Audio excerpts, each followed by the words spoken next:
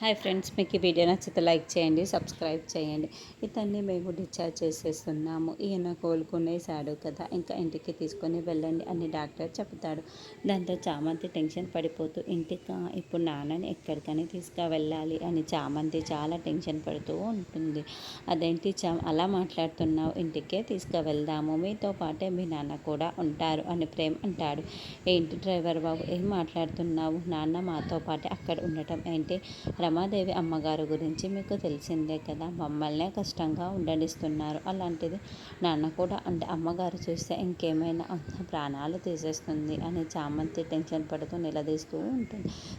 రమమ్మకి నిజం తెలిస్తే కదా అసలు మీ నాన్న మీతో ఉన్నారు అవుట్ హౌస్లో అన్న విషయం రమమ్మకి చెప్పకుండా మేనేజ్ చేద్దాము.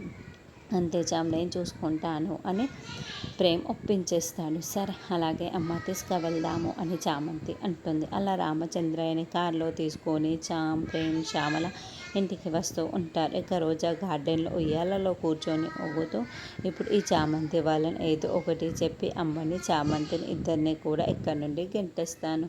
రమాదేవి ఎలాగో నా డ్రైవ్లో పడిపోయింది. అరుణ్ సార్ నా మాట చవదాడరు అంటే నేను ఇప్పుడు ఈ ఇంటికి యువరాణిని, ఇప్పుడు నాకు ఎవ్వరూ కూడా అడ్డులేరు అని చాలా చాలా సంతోషపడుతూ ఉంటుంది.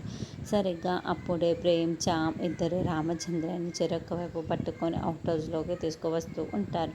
రమ అమ్మ చూడకుండా జాగ్రత్తగా తీసుకువెళ్ళాలి చామని ప్రేమ్ జాగ్రత్తలు చెప్తూ తీసుకుని వెళ్తూ ఉంటాడు. సరిగ్గా అప్పుడే రమాదేవి ఇంటి లోపల నుండి గార్డెన్కి వస్తూ ఉంటుంది. ఆల్రెడీ రామచంద్రయ్యని రమాదేవి చూసేసినట్లు మనకి చూపిస్తూ ఉంటారు. ఒక్కసారిగా రామచంద్రయ్యని చూడగానే రామచంద్రకి గతం గుర్తుకొస్తూ ఉంటుంది.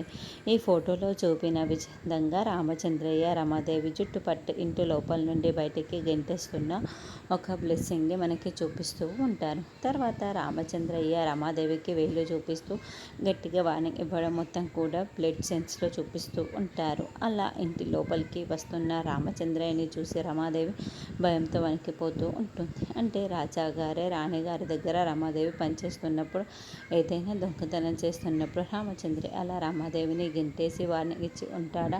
మరి అసలు గతం ఏంటి అన్నది, ఆ ఫ్లాష్ బ్యాక్ ఏంటి అన్నది నెక్స్ట్ ఎపిసోడ్.